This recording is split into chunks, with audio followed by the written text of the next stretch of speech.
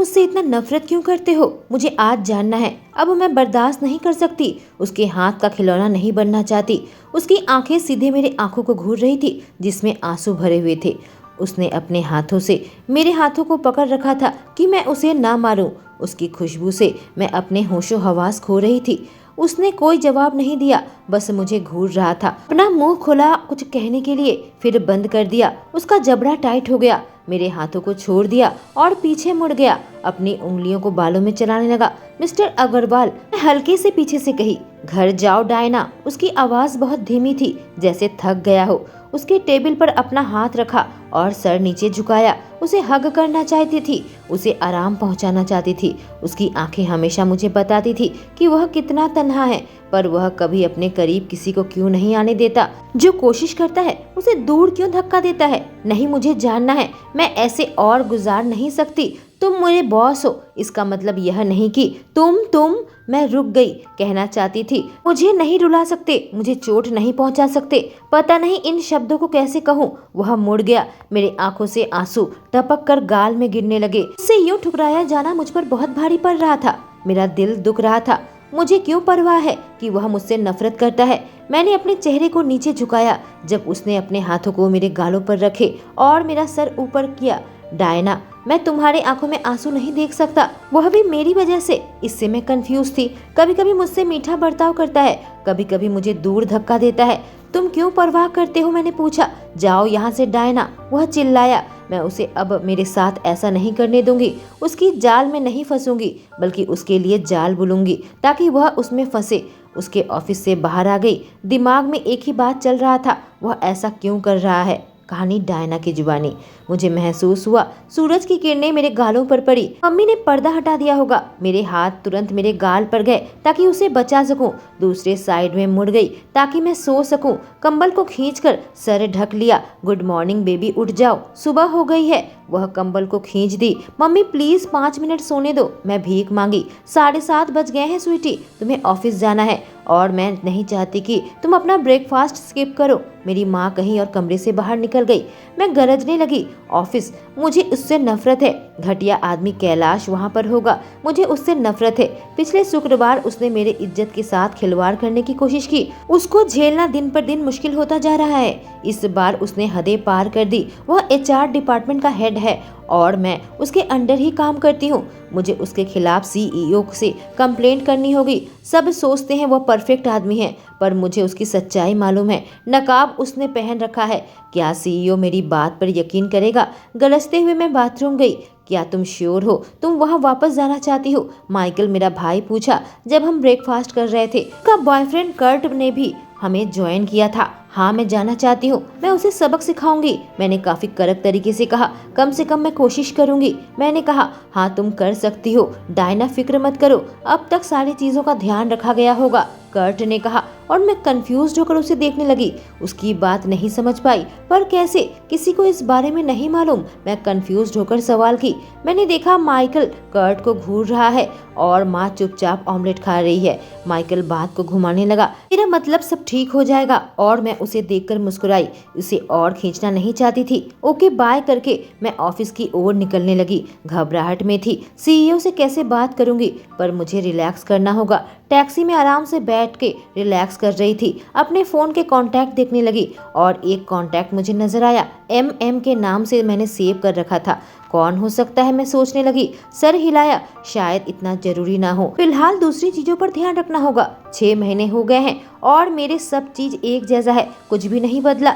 यह सच है कि मैं पिछले 2 सालों की याददाश्त खो चुकी हूँ। मुझे ऐसा क्यों लगता है कि मैं कुछ खो दी हूँ? क्या ऐसा ही लगता होगा जब आप अपनी याददाश्त खो बैठते हैं? मेरे दिल के किसी गहराई में ऐसा लगा कि बहुत चोट पहुंची है। मैं झुंझलाहट में आ जाती हूँ। मैं बहुत ज्यादा ही सोच रही हूँ। मुझे भूलना होगा कि उन 2 सालों के अंदर क्या हुआ था। इसकी याददाश्त मेरे दिमाग में अब नहीं है। काफी ठंड थी इसलिए कैफे के अंदर आई और लाइन में खड़ी हो गई। आज मैं देर से आई थी और लाइन काफी लंबी हो गई थी। एक यंग कॉलेज का लड़का कान में ईयरफोन लगाकर कोई गाना सुन रहा था, साथ में डांस कर रहा था। इससे पहले कि मुझे पता चलता वह मुझसे टकराया और मैं लगभग गिरने को थी कि उसके पीछे वाला आदमी मुझे वक्त रहते पकड़ लिया। उसकी हाथ मेरे कमर पर आई और मेरे हाथ उसके कंधे में थे और मेरे मुंह से एक शब्द निकला जब मैं उसे देखी, वाओ। उसकी भूरी आंखें बिल्कुल मोहित करने वाली थी। इसमें कई सारे राज छुपे हुए थे। उसकी नाक काफी लंबी थी, चेहरे की शिल्पकारिता देखने लायक थी। उसने मुझे संभाला इससे पहले कि उसे और घूर कर देखती। क्या तुम सीधे खड़े नहीं हो सकते? मैंने देखा वह हैंडसम आदमी उस कॉलेज के स्टूडेंट को डांट रहा था जो मुझसे टकराया था। वह हैंडसम आदमी ब्लैक सूट पहना था और सफेद कलर की शर्ट। सॉरी, मैं तुमसे टकराना नहीं चाहता था। वो माफी मांगा और उसे देखकर मैं मुस्कुराई। कोई बात नहीं, सब ठीक है, मैंने उसे भरोसा दिलाया। पहले अपने बचाने वाले की ओर मुड़कर देखा तो वो मुझे घूर रहा था। उसने अपनी नजरें मुझसे नहीं हटाई थी। उसकी आंखें कितनी गहरी और तीव्र थी। कुछ देर देखने के बाद मैं उसे अजीब से मुस्कान दी। तब तक मैं कॉफी काउंटर में पहुंची। मेरा रोज का कॉफी। मुझे इस आदमी को भी एक कॉफी खरीद कर देनी चाहिए। उसे दोबारा देखना चाहती थी। मैं मुड़ गई। वह मुझे अभी देख रहा था, किसी भयानक तरीके से नहीं। उसकी नजरों से मेरा उत्साह और बढ़ा। मैं आपको एक कॉफी खरीद कर दूं? मेरी तरफ से ये छोटा सा ट्रीट, क्योंकि आपने मेरी मदद की। वह दूसरी ओर देखने लगा और सोचने लगा। नहीं, उसने कहा। ओके, मुझे लगा मुझे नकारा गया। उस आदमी से ऑर्डर पूछा। उसने कहा जो यह लेडी ले रही है। उसे देखी और कंफ्यूज्ड हो गई। वह मुझे अभी देख रहा था। क्यों तुम मुझे दोबारा ड्रिंक खरीद कर नहीं देना चाहती? अब उसने पूछा और मेरे चेहरे पर एक बड़ी सी मुस्कान आई। मैं जल्दी से 2 कॉफी की पेमेंट कर दी। तुम्हारा इरादा कैसे बदल गया? उससे पूछी। उसने जवाब नहीं दिया बल्कि मेरे चेहरे पर अपनी नजरें दौड़ाने लगा। कौन फ्री की कॉफी नहीं चाहता? उसने कहा जब दूसरी ओर देख रहा था। उम्मीद करती हूँ तुम्हें कॉफी पसंद आए। तुमने वही ऑर्डर किया जो मैंने लिया। मैंने उससे कहा हाँ मुझे पसंद आएगा। उसने कहा। कंपनी के अंदर आ गई थी और फिर लिफ्ट के अंदर जाकर बटन दबाया और कॉफी पीने लगी। फिर से मैं तनाव में आ गई थी। मुझे सीईओ से बात करनी है। एचआर डिपार्टमेंट के हेड के खिलाफ कंप्लेंट करनी है। क्या मुझ पर विश्वास करेगा? फ्लोर पर आकर मैं सबका स्वागत किया। टीना इकलौती इंसान है जो जानती है कैलाश कैसा बर्ताव करता है। बाकी सब उसे परफेक्ट समझते हैं। तभी निक ने कहा बहुत बड़ी खबर है, कैलाश को नौकरी से निकाल दिया गया है। कैसा चमत्कार है। मैं मन ही मन सोची क्या भगवान ने मेरी प्रार्थना सुन ली? हाँ, हम भी ऐसा ही रिएक्ट किए थे। केविन ने कहा। जब टीना को देखी उसके चेहरे पर एक बड़ी सी मुस्कान थी। उसे क्यों निकाला गया? मैं वजह जानना चाहती थी। लड़कियों के साथ गलत काम करता था, किसी ने रिपोर्ट किया। टीना ने जवाब दिया। उसकी बात को समझकर मैं अपना सर हिलाई। और एक बड़ी खबर है, टीना ने कहा और मैं त्योरी चढ़ाई। हमारे 2 नए बॉस हैं, केविन ने कहा, जिससे मेरी आंखें बड़ी बड़ी हो गई। हाँ, मैं कॉफी पीते हुए कही कल रात बहुत सारी चीज हुई। तुम अग्रवाल ग्रुप को जानती हो ना? मैं टीना को देखकर अपना सर हिलाई। उन लोगों ने हमारी कंपनी को खरीद लिया है, लेकिन सारे पेपर वर्क हुए हैं और कल सुबह ही कैलाश को नौकरी से निकाल दिया गया। यह सुनकर मैं त्योरी चढ़ाई। हाँ, हम सबको भी ऐसा ही लगता है। यह जानबूझकर किया गया। कौन ऐसा पागल है एचआर को नौकरी से निकालने के लिए पूरी कंपनी खरीद ले? सीईओ से कह देता तो काम बन जाता, केविन कहा। खैर, इन सब से मुझे एहसास हुआ कि अब मुझे सीईओ के पास जाकर कंप्लेंट नहीं करनी होगी। नए एचआर कब आने वाले हैं? मैं पूछी। 1 घंटा हो गया था जब हम आए थे। वह अब तक नजर नहीं आए। उम्मीद करती हूँ वह वैसा विकृत इंसान ना हो। मैं सोचने लगी वह हमारे नए सीईओ से मिलने गए हैं। अब तक आ जाएंगे, केविन कहा। वह आ गए हैं। वह खड़ा हो गया और सब खड़े हो गए। उसने अपना परिचय दिया। मेरा नाम क्रिश है और सबने उनका अभिवादन किया। ठीक है, हमारी कंपनी के नए CEO Mister Martin Agarwal lunch के टाइम में सब उनसे मिलने वाले हैं। आज थोड़ा लंच जल्दी खत्म कर लेना। श्योर क्रिस, हम सब राजी हो गए। हाँ, सबको बता दूं थोड़े स्ट्रिक्ट लग रहे थे और आज ऑफिस के बाद सब डिनर पर चलो, मेरी तरफ से है ट्रीट। क्रिश हम सबको बताया। हाँ, हमें बहुत अच्छा लगेगा। हम सब मिलकर कहे। अब लंच टाइम आ गया था। हम सबको मेल किया गया। नए सीईओ आने वाले हैं। सब में उत्सुकता थी। मैं और निक आपस में खाने के बारे में बात कर रहे थे। टीना उधर से पुकारी, गाइज। देखा तो नए सीईओ आ चुके थे और सब लोगों ने भीड़ लगाया था। सब उनका स्वागत कर रहे थे। पर मैं उनका चेहरा नहीं देख पा रही थी क्योंकि हम देर से आए। हम सबसे पीछे खड़े थे। ऑफिस में सब मुझसे लंबे हैं। धक्का देकर उन्हें देखने की कोशिश की। आप सबको गुड आफ्टरनून। मेरी आंखें चौड़ी हो गई। यह गहरी आवाज सीईओ की है। ऐसा क्यों लग रहा है? उस हैंडसम आदमी की तरह है जिससे मैं सुबह टकराई थी। मुझे उसे देखना ही होगा। मैं अपने पैरों को ऊंचा करके देखने की कोशिश की पर मुझे उसके काले बाल ही नजर आए। उसके बाद मैं उछलने लगी। टीना, निक और केविन मेरी हरकतों को देख रहे थे। मैं अपना चेहरा बस छुपा लेना चाहती थी। सामने इस उम्मीद से देखने लगी उसकी एक झलक मुझे दिखे। तभी सामने खड़े लोग धीरे धीरे अलग हटने लगे। सब कुछ जैसे स्लो मोशन में हो रहा था, ठीक मूवी की तरह। पर मैं हीरोइन नहीं, इसलिए मैंने फिर से एक बेवकूफ़ी भरी हरकत की। जब मेरी आंखें उस पर गई, मेरी आंखें चौड़ी हो गई। मैं सदमे से उसे देखने लगी। वह सबका स्वागत कर रहे थे। उसकी आंखें अब मुझसे नहीं मिली थी। मैं एक कदम आगे ली। कृष्ण मुझे देखकर मुस्कुराया। उसकी गहरी भूरी आंखें मेरी आंखों में आई। ऐसा लगा कुछ पल के लिए आसपास की चीजें गायब हो गई। मेरे पेट में तितलियां नाचने लगी। मैं निगलने लगी। कृष्ण की आवाज से मैं दुनिया में आई। मिस्टर अग्रवाल, यह है miss Diana Thomas, HR department से। कृष्ण ने मेरी जान पहचान करवाई। उसने सर हिलाया और अपना हाथ मिलाने के लिए आगे बढ़ाया। ना जाने मैं अपने हाथ उसके हाथों में रखे। उसने काफी मजबूती से मेरा हाथ पकड़ा।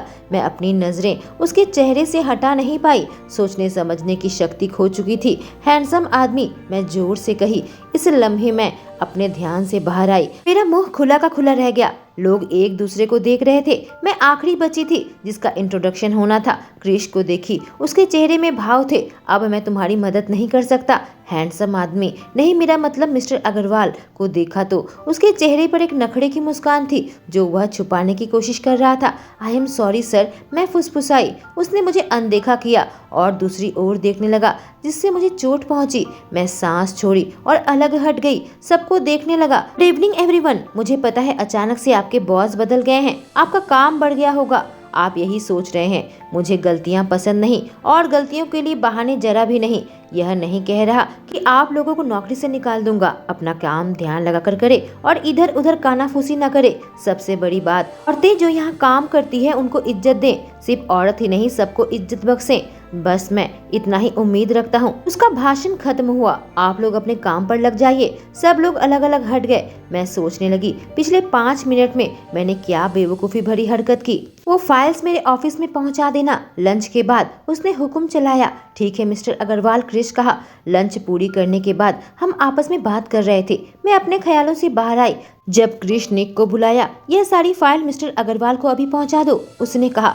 और निक तैयार हो गया। मैं तुरंत सोची क्यों ना मैं सारी फाइल उन्हें दूं और उनसे माफी मांग लूं। पर किस बात की माफी मांगूं? उन्हें हैंडसम आदमी कहने के लिए? इससे तो और शर्मिंदगी होगी। मैं स्वीकार की। मैं उसे एक बार और देखना चाहती हूँ। क्यों मेरे पेट में उसे देखते ही तितलियां नाचती हैं। मेरे दिल की धड़कन इतनी तेज हो जाती है। पक्का है कि मैं पागल हो रही हूँ। पागल की तरह कूद रही थी उसे देखने के लिए। फिर उसे हैंडसम आदमी कहा और अब यह फाइल उसे देना चाहती हूँ।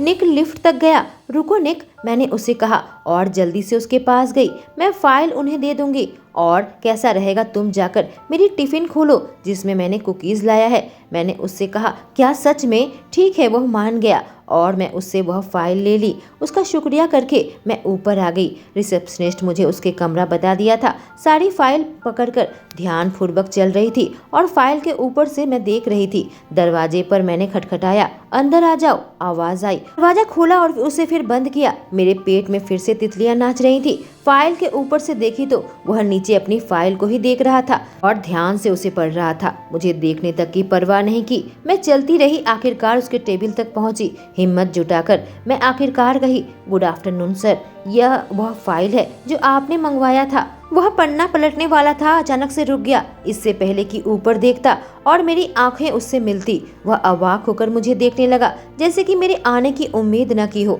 इससे पहले कि मैं कुछ कहती, डायना, वह मेरा नाम ऐसे लिया जैसे कि काफी लंबे अरसे से लेने की चाहत हो। मुझे एहसास हुआ मेरे आसपास की दुनिया पिघलने लगी जब उसके मुंह से अपना नाम सुना। आसपास की शांति से मेरे दिल की धड़कन भर उठी। ऐसा एहसास क्यों हो रहा है? मुझे नहीं पता था मैं सब कुछ 5 मिनट में खराब करने वाली हूँ। इतने लंबे समय से फाइल पकड़कर मेरा हाथ दुख रहा था, पर मेरा दिमाग बस यही सोच रहा था जिस तरह से उसने मेरा नाम लिया मुझे देखते ही वह मुझे घूरने लगा। मेरी आंखें उसकी आंखों से बिल्कुल भी नहीं हटी थी। यह सच में कितना हैंडसम है। वह लम्हा खत्म हो गया जब उसने अपनी नजरें मुझसे हटा ली और उस फाइल को देखने लगा जिसे वह पढ़ रहा था। तुम यह फाइल यहाँ पर छोड़ सकती हो, उसने कहा बिना मुझे देखे, जिससे मुझे चोट पहुंची। मैं जानती हूँ, हम सुबह ही मिले थे। उम्मीद नहीं करनी चाहिए कि वो मुझे मुस्कुरा कर दिखेगा या हग करेगा, मुझे देखकर कह सकता था। धीरे से वह फाइल टेबल पर रखने लगी। बहुत सारी फाइल थी, नीचे नजर नहीं आ रहा था। उसने देखा और चेयर से खड़ा हो गया। इससे पहले कि मुझे पता चलता उसने सारी फाइल मुझसे ले ली। मैं सांस लेने लगी जब वह भारी बोझ मुझ पर से हल्का हुआ। उसने आराम से टेबल पर रखा, वापस जाकर अपने चेयर पर बैठ गया और मैं अपने होंठ काटने लगी। थैंक यू मिस्टर अग्रवाल, मैं थोड़ा सा मुस्कुरा कर कही। उसने अपना सिर हिलाया, अभी मुझे नहीं देख रहा था। प्लीज मुझे एक बार देखो। मैं सांस छोड़ी। मैं ऐसा क्यों चाहती हूँ? तुम्हें कुछ और चाहिए? वह पूछा। उसकी आंखें मुझे चुभ रही थी। मैं निगलने लगी, नीचे देखने लगी। उसकी तीव्र दृष्टि में मैं नहीं देख सकती थी। मैंने सुना, उसने सांस छोड़ी। मिस थॉमस, मैं ऊपर देखी। अगर कुछ कहना नहीं है तो तुम जा सकती हो, उसने कहा और मैं अपने सपने से बाहर आई। मुझे माफ करना मिस्टर अग्रवाल, मैं बोलने की कोशिश की। मैं आपका टाइम खराब नहीं करना चाहती। मैं बस आपसे माफी मांगना चाहती हूँ। जो कुछ भी नीचे हुआ जब आप हमसे मिलने आए थे, मेरा वैसा कहने का मतलब नहीं था। आखिरकार मैंने कह दिया। तुमने मुझे क्या कहा था? उसने पूछा और मैं उसे देखने लगी। मुझे पता है, उसे मालूम है, पर ऐसा बर्ताव कर रहा है। हैंडसम आदमी, मैं दोबारा से कही जब उसके चेहरे को देखी। तुम्हारे कहने का मतलब वह नहीं था? उसने दोबारा से सवाल पूछा और मेरी आंखें चौड़ी हो गई। नहीं, मेरा मतलब वह नहीं था। यह बात इतनी जोर से सबके सामने नहीं कहना चाहती थी। मैंने समझाया और उसकी प्रतिक्रिया का इंतजार करने लगी। वह कुछ देर शांत रहा इससे पहले कि बोलता। तुम कहना चाहती हो जो कहा था? उसने कहा। हाँ सर, यकीन नहीं आ रहा था। मैं हकला रही थी। मुझे नहीं पता था कि आप ही नए बॉस हो। मैंने आपसे पूछा कि आपको कॉफी खरीद कर दूं। आपको सबके सामने वह कहा। माफ कीजिएगा। मैंने देखा वह मुझे जांच रहा था। वह मुझे घूर रहा था। मेरे पेट में तितलियां नाचने लगी। इन सब के बारे में तुम्हें ज्यादा सोचने की जरूरत नहीं है। मुझे तुम्हारी कॉफी बहुत पसंद आई और मैं तुम्हें सबके सामने मुझे हैंडसम कहने के लिए माफ करता हूँ, उसने कहा। क्या सच में? थैंक यू सो मच, मैंने कहा। आगे गई उसे हाथ मिलाने के लिए। मेरा हाथ उन लंबी फाइल की ढेर से टकराई और फाइल इधर उधर गिर गई। कुछ पेन भी निकल गए। ओह माय गॉड, मुझे माफ कीजिएगा। मुझे नहीं पता मेरे साथ आज क्या गलत है। मैं बोली। कोई बात नहीं, ऐसे ही छोड़ दो मिस थॉमस, उसने कहा। सर, मुझे ठीक करने दीजिए। कोई आकर कहता यह मत करो। काश मैं उसकी सुन लेती। मुझे अपने आप को उसके सामने और शर्मिंदा करना था। 2 फाइल उठाई थी, तीसरी फाइल उठाने गई जिस फाइल से ग्लास से टकराया। उससे भी खतरनाक चीज हो गया। पानी उसके पैंट में गिरा। मेरे हाथ उसके मुंह तक पहुंचा और मैं सांस छोड़ी। वह तुरंत खड़ा हो गया। ग्लास नीचे टुकड़ों में बट गया। उसने मुझे देखा।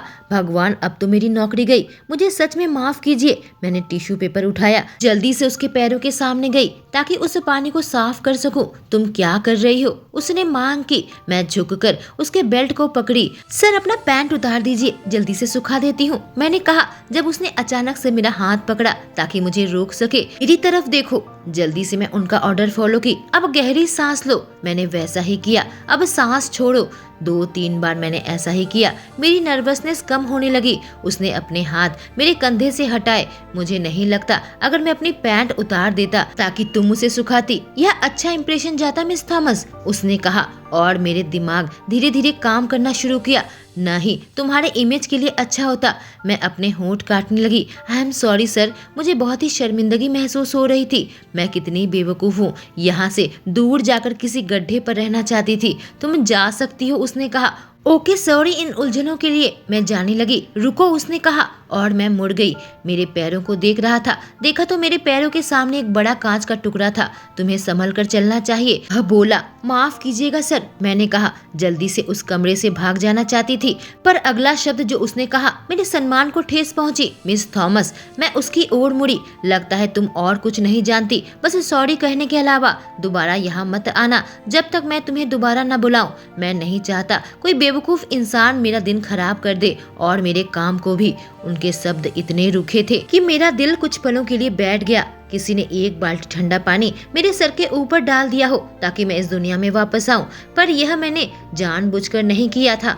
मैंने उसका डेस्क को देखा, इतनी सारी गंदगी मेरी वजह से फैली थी। यह सच में अच्छा दिन नहीं था। फिलहाल मैं उस कमरे से बाहर चले जाना चाहती थी और कभी नहीं आऊंगी। मैं उसे देखी और उदासी से अपना सर हिलाई, जो मेरे चेहरे पर साफ झलक रहा था। लिफ्ट तक आ गई थी, फिर मेरे दिमाग में कुछ आया। मैं दोबारा उसके दरवाजे के बाहर गई, नॉक किया, अंदर आकर अपनी हिम्मत जुटाई। सॉरी सर, यह दोबारा नहीं होगा। जैसे कि आपने हुक्म दिया है, मैं दोबारा आपको डिस्टर्ब करने नहीं आऊंगी। दरवाजा बंद कर दिया। सब कुछ उसे बिना देखे ही कहा था। सीधे लिफ्ट के पास आई और फिर नीचे उतर गई। दोबारा नहीं आऊंगी। मैं वह बेवकूफ इंसान नहीं बनना चाहती जो उसका दिन खराब कर दे। सच में इसके लिए नहीं रोने वाली, पर मैं स्वीकार करूंगी उसके शब्दों से मुझे बेहद चोट पहुंची। काम के बाद डिनर पर आ गई, जो कि अच्छा था। घर पर देर से आई, मम्मी पहले ही सो गई थी। मैं अपने कमरे में आ गई। मैं बहुत थक गई थी। हैंडसम आदमी के बारे में नहीं सोचना चाहती थी। घमंडी इंसान,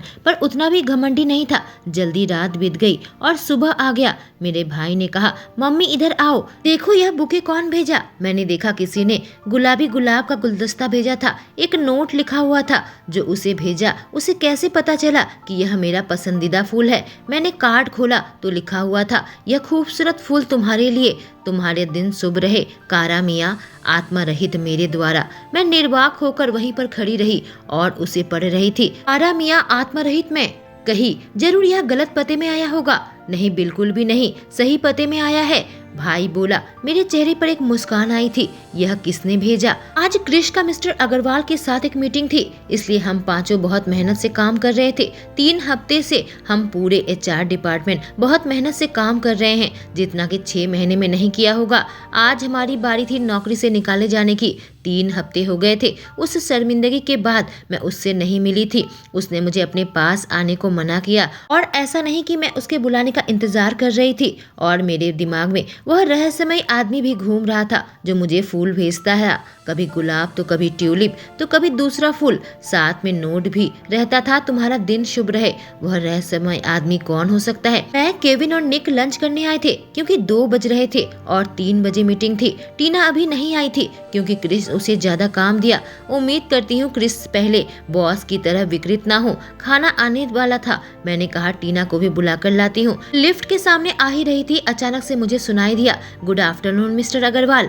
मिस्टर अग्रवाल नाम कान में आते ही मेरा दिल सीने में उछलने लगा और उसके शब्द मेरे कानों में गूंजने लगे। मेरे सामने कभी दोबारा मत आना जब तक तुम्हें ना कहा जाए।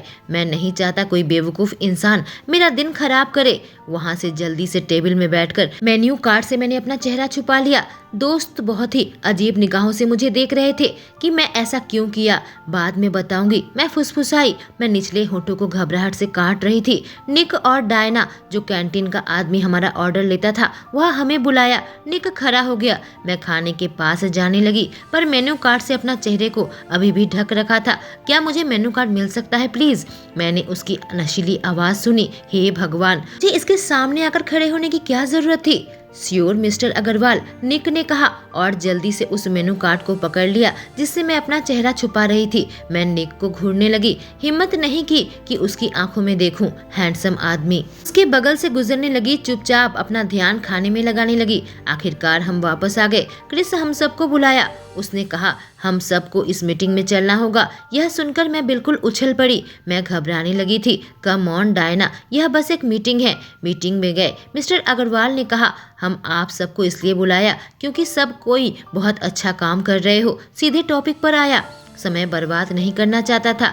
मैं बस अपने लैपटॉप को देख रही थी। सारे अकाउंट सही हैं और कोई भी गलती नहीं है, लेकिन जैसे कहा हमारा चेहरा बिल्कुल बिना किसी भाव के हो गया। जैसे कि आप सबको पता है, आपके पिछले बॉस को काम से निकाला था क्योंकि उसके खिलाफ हमें कुछ कंप्लेंट्स मिला था। मुझे पता है अगला शब्द वो क्या कहने वाला है। मैं टीना की ओर देखने लगी। यह सेक्सुअल हैरेसमेंट के बारे में है, उसने ऐलान किया और मैं गहरी सांस लेने लगी।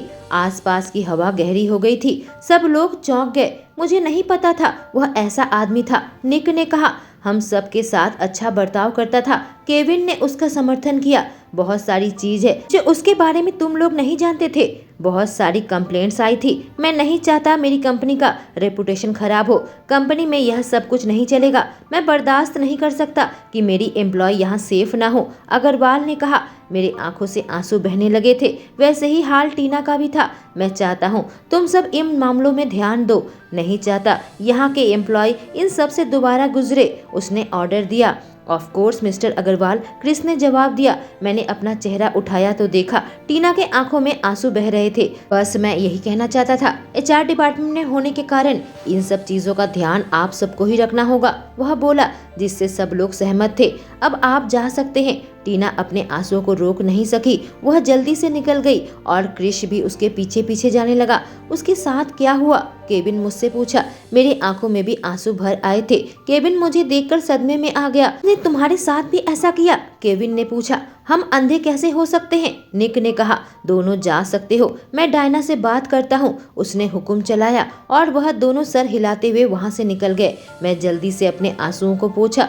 वह मेरे करीब आया और एक गिलास पानी मेरे हाथों में पकड़ाया। अपने आंसू के साथ पानी निगलने लगी। इससे पहले कि जोर जोर से रोती, तुम मजबूत हो, मैं खुद को भरोसा दिलाने लगी। क्या तुम ठीक हो? उसने पूछा और अब मैंने अपना सर हिलाया। मुझे क्यों नहीं देख रही? उसने कहा और मेरा दिल एक पल के लिए धड़कना भूल गया। मैं भी तुम्हारे साथ हैरेसमेंट कर रहा हूँ? उसने सवाल पूछा। उसे देखी तो पता चला वो मुझे चिढ़ा रहा था। चलो आखिरकार तुमने किया, उसने कहा। जाने क्यों मैं मुस्कुराने लगी। मेरे दिल का बोझ हल्का हो गया था। वह टेबल के सामने बैठा हुआ था जो मेरे सामने था, फिर भी वह मुझसे लंबा लग रहा था। मुझे यह बताओ, तुम मेनू कार्ड में अपने आप को क्यों छुपा रही थी? उसने पूछा और मुझे लगा मैं फंस गई। अचानक से मुझे घबराहट होने लगी, धरती फट जाए और मैं उसमें समा जाऊं। मैंने गला साफ किया और सोचने लगी क्या बहाना बनाऊं। मैं उसके सामने इतनी क्यों घबरा जाती हूँ? मैं उसे देखी तो वो मुझे ही देख रहा था कि दृष्टि बहुत तीव्र थी। तुम्हें एक पिंपल हुआ है,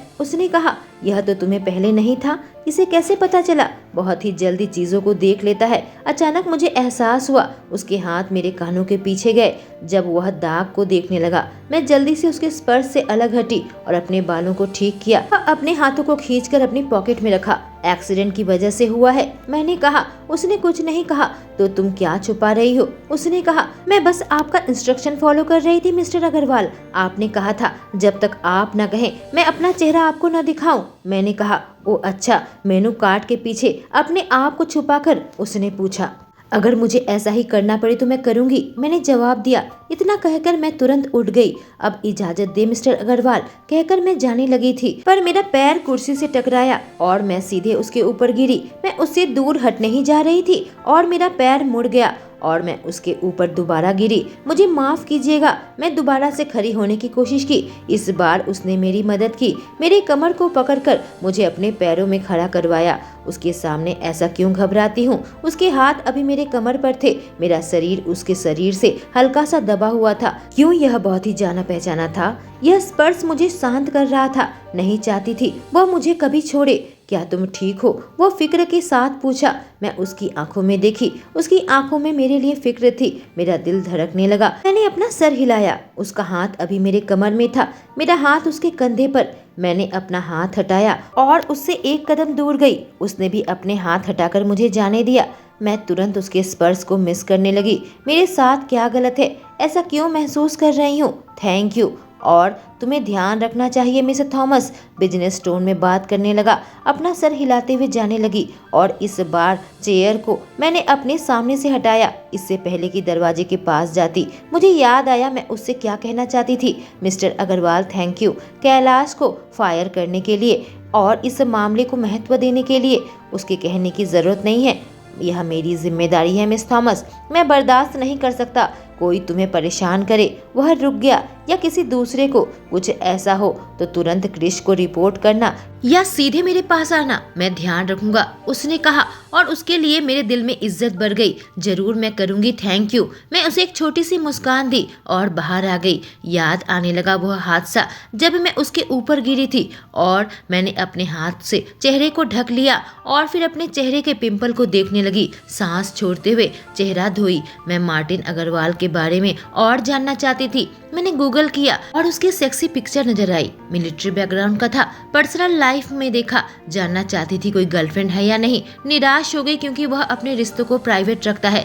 मैं, निक और टीना घर जाने लगे थे। मेरा अनुमान है मिस्टर अग्रवाल गे है, मैंने जोर से कहा। तब तक लिफ्ट का दरवाजा खुला और हम सब बाहर निकले। हमारे पीछे एक और शख्स बाहर निकला। मेरी आंखें उस पर गई। वह मिस्टर अग्रवाल थे। इसका मतलब सब कुछ सुन लिया है। हे भगवान, उसका सरनेम भी लिया था, जरूर उसे पता लग जाएगा। मुझे देखा, मुझे लगा धरती फट जाए और मैं उसमें समा जाऊं। मैंने देखा एक पल के लिए। उसके होठों में कुटिल मुस्कान थी। जल्दी से दूसरी ओर देखने लगा और चला गया। बिल्कुल सदमे में मैं वहाँ खड़ी थी। टीना ने पूछा, क्या उसने सब सुन लिया? सब सुन लिया, मैंने जवाब दिया और सांस छोड़ी। उसके सामने हमेशा अपने आप को बेवकूफ क्यों बनाती हूँ? क्या मैं तुमसे कुछ पूछ सकती हूँ? क्या तुम गे हो? एक पल के लिए वह सदमे में था, फिर वह गुस्से में आ गया। यह सही सवाल नहीं है उस आदमी से पूछना जिससे तुम अभी मिली हो डायना। मैं खुद को समझाई, मुझे माफ कीजिएगा। मैं इससे पहले कि और कुछ कहती, उसके होंठ मेरे होठों पर थे, उसके हाथ मेरे कमर पर। मैं सदमे में थी जब उसने मेरे कमर को हल्का सा दबाया और मैं कराहने लगी, जिससे वह अपनी जीभ मेरे मुंह के अंदर डाल दिया और मेरे मुंह का स्वाद लेने लगा। मुझे उसके कोलोन की खुशबू मिल रही थी। एक हाथ से मेरे कमर को पकड़ा, एक हाथ मेरे गर्दन को और मुझे और करीब किया। मेरे उभार उसके सीने में दब गए। अचानक से उसके होंठ मेरे होठों पर नहीं थे। वह कुटिल मुस्कान दिया। उम्मीद करता हूँ तुम्हें तुम्हारा जवाब मिल गया, उसने कहा और वहाँ से चला गया। मैं तुरंत जग गई। मेरे हाथ मेरे होठों पर थे। मैंने सपना देखा, वो मुझे किस कर रहा है। ऐसा सपना मुझे क्यों आया? क्या मैं ऐसा चाहती हूँ कि वह मुझे चूमे? मेरी आंखें यह सोचकर बड़ी बड़ी हो गई। मैं अपने चेहरे को अपने हाथ से छुपाया, हाथ पैर चारों ओर फैलाकर बिस्तर पर लेट गई और खुद को शांत करने लगी। और मेरा दिमाग बस उसके स्पर्श के बारे में सोचने लगा जब मैं उसके ऊपर गिरी थी। इतना जाना पहचाना स्पर्श क्यों है? मैं पैनिक क्यों नहीं की जब एक अपरिचित मुझे ऐसे छुआ? दोस्तों, एक हादसे के बाद डायना अपने 2 साल के याददाश्त खो बैठी है और उसकी जिंदगी में मार्टिन अग्रवाल उसका बॉस आ चुका है। क्या होने वाला है इन दोनों की प्रेम कहानी का अंजाम? जानने के लिए इस कहानी में मेरे साथ बने रहें। Thank you.